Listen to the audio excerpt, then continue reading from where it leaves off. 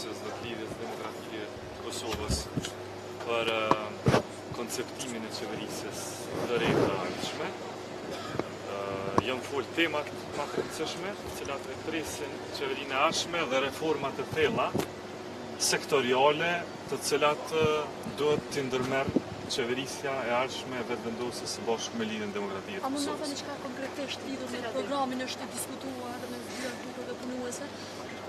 Nuk mund të flas në hollësi, sepse ne mendojmë që gjëja më e mirë e cila do të mund të kontribuante kësaj atmosfere shumë të mirë të bashkëpunimit, me të cilën filluan takimet tona, do të ishte një farë lloj mirëbesimi, që e kemi ne në trajtimin e temave.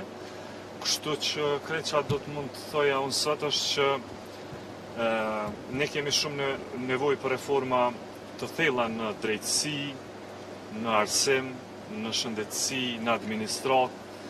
Pra janë folë më shumë reformat sektoriale, për të cilat ne kemi nevojë.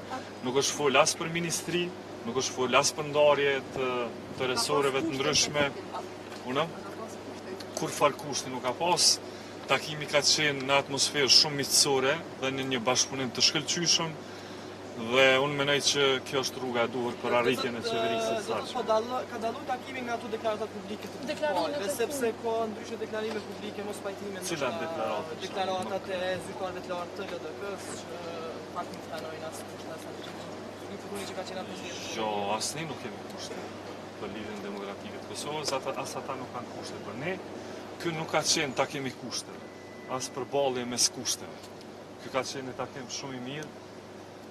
Me që rast janë folë temat më të rëndësishme, të cilat e presin qeverinë e ardhshme, më njëherë në ditën e parë të fillimit të punës, edhe reformat sektoriale të cilat ne kemi nevojë të bëjmë.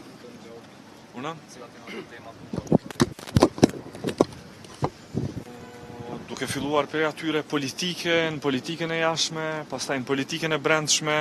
Në politikën e brendshme janë çatu që ja thash, domethënë reformat në arsim, reformat shëndetësi, po njëra prej temave natyrisht është dialogu me Serbinë. Nisma ka lënë pragën siç po pretendohet, ato të ftoni në koalicion, zoti Mustafa tha mbron që do të jenë mirëseardhur dhe Nisma në koalicion për me qenë më të fuqishëm.